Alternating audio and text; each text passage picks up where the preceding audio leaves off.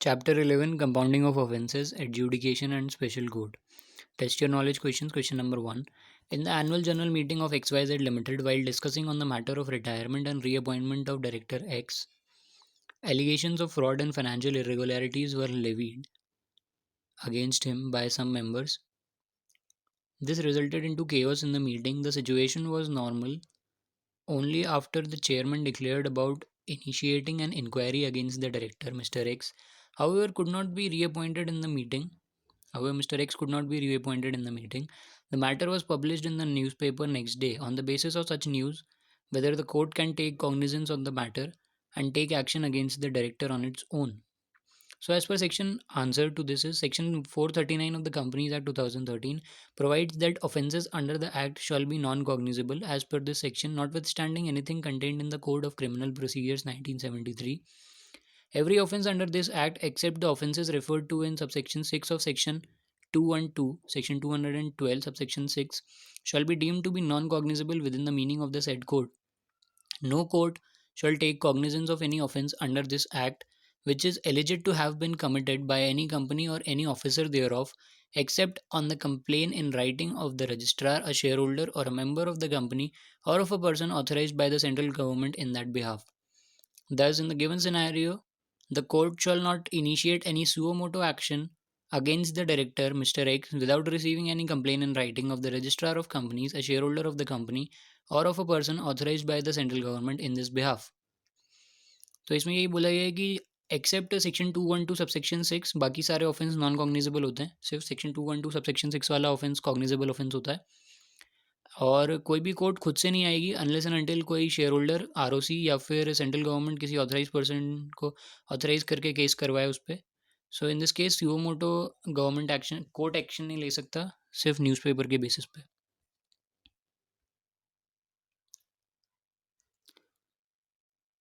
और ये वाला जो पॉइंट था इसमें the situation was normal, the matter was publish in the court. यहाँ पे एक लाइन थी ना,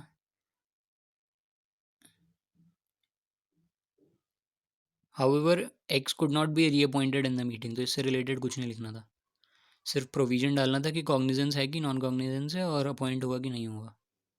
वो सॉरी कोर्ट कॉग्निजेंस लेके सुओ मोटो कर सकता है कि नहीं कर सकता, तो नहीं कर सकता. Question number 2 is what is the object of constituting panel for mediation and conciliation under the Companies Act 2013?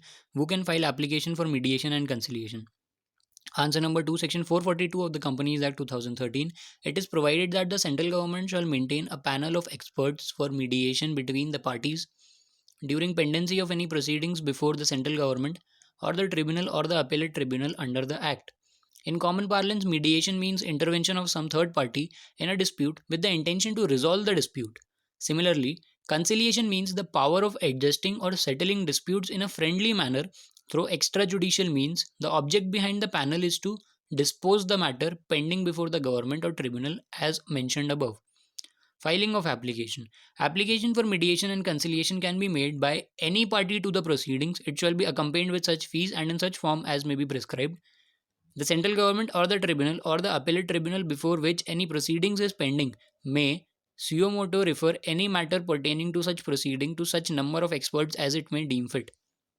तो इसमें ये बोला है कि सेक्शन 442 में कंपनीज एक्ट के हिसाब से सेंट्रल गवर्नमेंट एक पैनल मेंटेन करेगा एक्सपर्ट्स का मीडिएशन के लिए बिटवीन पार्टीज जिसमें पेंडेंसी हो रही है प्रोसीडिंग्स बिफोर द मतलब पेंडेंसी है प्रोसीडिंग्स में सेंट्रल गवर्नमेंट के बिफोर या फिर कोर्ट या फिर ट्रिब्यूनल या अपेलेट ट्रिब्यूनल के उसमें.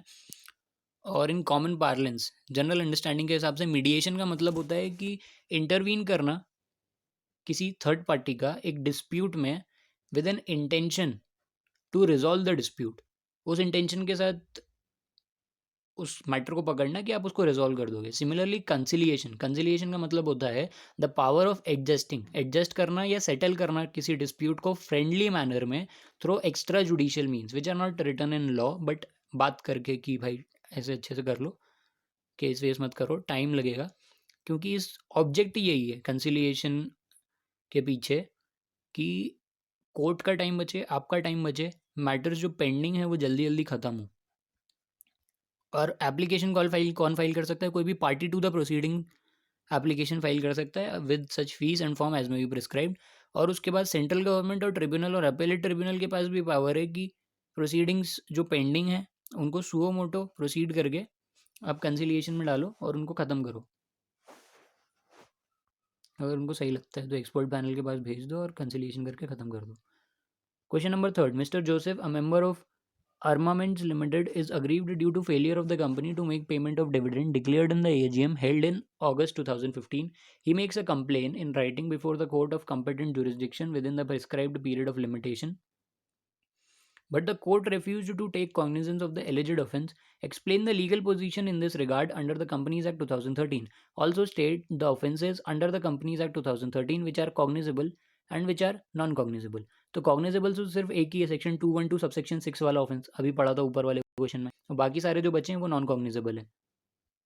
सो answer to this is cognizance of offense. A court shall take cognizance of any offense under this act which is alleged to have been committed by a company or any officer thereof only on the written complaint of the registrar, shareholder of the company, member of the company, or of a person authorized by central government in that behalf, provided that the court may take a cognizance of offense relating to issue and transfer of securities and non-payment of dividend.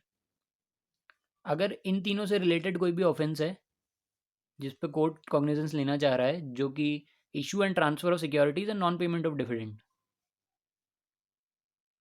तो return में complain होना चाहिए। A person authorise by the SEBI, provided that the court may take cognizance of offences relating to issue and transfer of securities and non-payment of dividend on a complaint in writing by a person authorized by SEBI. SEBI का authorized person कर सकता है, तो court cognizance लेगा। In the present case mister Joseph, a member of Armaments Limited, is aggrieved due to failure of the company to make payment of dividend declared in the AGM held in August 2015. He makes a complaint in writing before the court of competent jurisdiction within the prescribed period of limitation, but the court refused to take cognizance of the alleged offence. Case समझा दिया कि भाई वो गया था armament limited वाला Joseph, उसने बोला कि इन लोगों ने डिविडेंड डिक्लेयर किया बट पे नहीं किया, और कंप्लेन राइटिंग में करी थी। कॉम्पिटेंट कोर्ट जिस जुरिस्डिक्शन में वो फॉल करता है वहाँ पे जाके कंप्लेन करी प्रिस्क्राइब पीरियड में, बट कोर्ट ने मना कर दिया। Here the court shall take cognizance of the offence relating to non payment of dividend as the shareholder have made a complain in writing before the competent jurisdiction. तो इस case में court को लेना पड़ेगा cognizance of offence, क्योंकि जो share holder है उसने नॉन पेमेंट ऑफ डिविडेंड के लिए किया है, रिटर्न में किया है और कॉम्पिटेंट जुरिस्डिक्शन में किया है, तो कोर्ट को लेना पड़ेगा।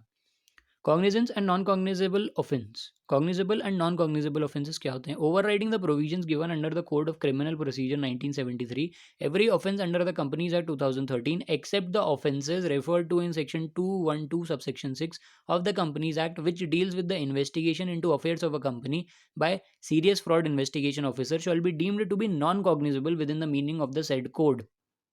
Therefore, the offence as covered under section 212 subsection 6 shall now be deemed to be cognizable where police officer may arrest person without warrant and are non-bailable. The Companies Act 2013 establishes the offences covered under section 212 subsection 6 as a public wrong which has to be prevented and controlled.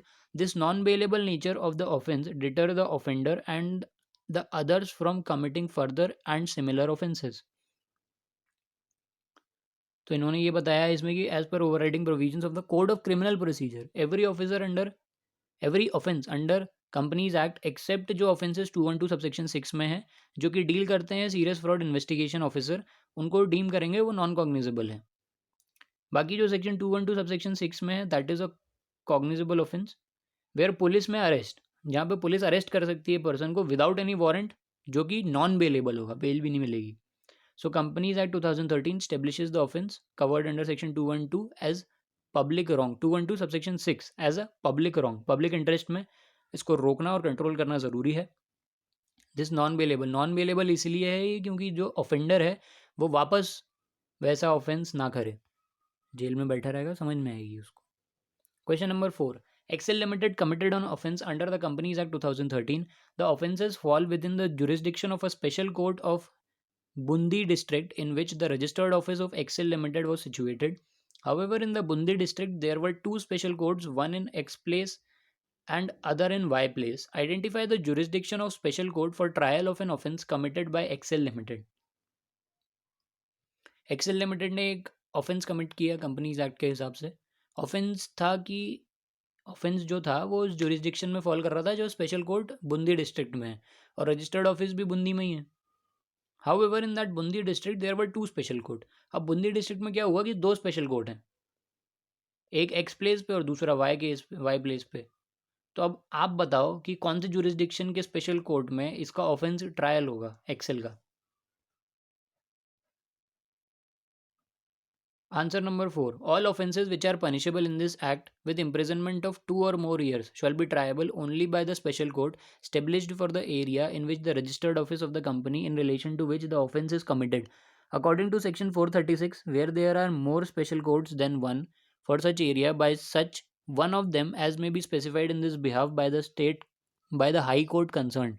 Accordingly, in the given case, there are more than one special court in Bundi district where registered office of Excel Limited is situated. The jurisdiction for trial in special court will be specified by High Court of the state, that is Rajasthan. High court से पूछना पड़ेगा कि sir कौन से वाले court में जाएं, आप बता दो, वो जो कोर्ट बोलेंगे उसमें जाना पड़ेगा। फिर एक बार और पढ़ते हैं। जो भी ऑफेंसेस पनिशेबल हैं इस एक्ट में 2 साल से ज़्यादा की इम्प्रिजनमेंट के लिए, वो ट्रायल कहाँ पे होंगे, सिर्फ स्पेशल कोर्ट में ही होंगे और कहीं नहीं होंगे। जो स्पेशल कोर्ट उस एरिया में स्टेब्लिश किया गया हो जहाँ पे कंपनी का रजिस्टर्ड ऑफिस है और जिसके रिलेशन में वो ऑफेंस कमिट हुआ। सो एज पर सेक्शन 436, जहाँ पे एक से ज़्यादा स्पेशल कोर्ट होते हैं उसी एरिया में, by such one of them as may be specified in this behalf by the high court concerned. तो उस केस में हाई कोर्ट जो भी उस स्टेट का है वो बताएगा कि आपको कौन से कोर्ट में जाना है। तो accordingly in the given case Bundi district में 2 स्पेशल कोर्ट थे, एक्सेल लिमिटेड का रजिस्टर्ड ऑफिस बूंदी में था, तो जुरिस्डिक्शन का ट्रायल स्पेशल कोर्ट कौन से स्पेशल कोर्ट में होगा, जो हाई कोर्ट राजस्थान प्रेफर करेगा, क्योंकि बूंदी राजस्थान में आता है। Next is question number 5. Before imposing penalty, the adjudicating authority issued a show cause notice to the company and its officers on 15th July 2020 to represent before the adjudicating authority. The notice was served on them on 31st July 2020. State the time period within which the company and its officers who were called upon may be present before the adjudicating authority. Penalty लगाने से पहले adjudicating authority ने एक show cause notice दिया company और उसके officers को 15 जुलाई 2020 को। उन्होंने बोला कि भाई रिप्रेजेंट करो अपने आप को बिफोर द एडजुडिकेटिंग अथॉरिटी, जो जो चीज़ें मंगवाई हैं वो लेके आओ और अपना पक्ष रखो।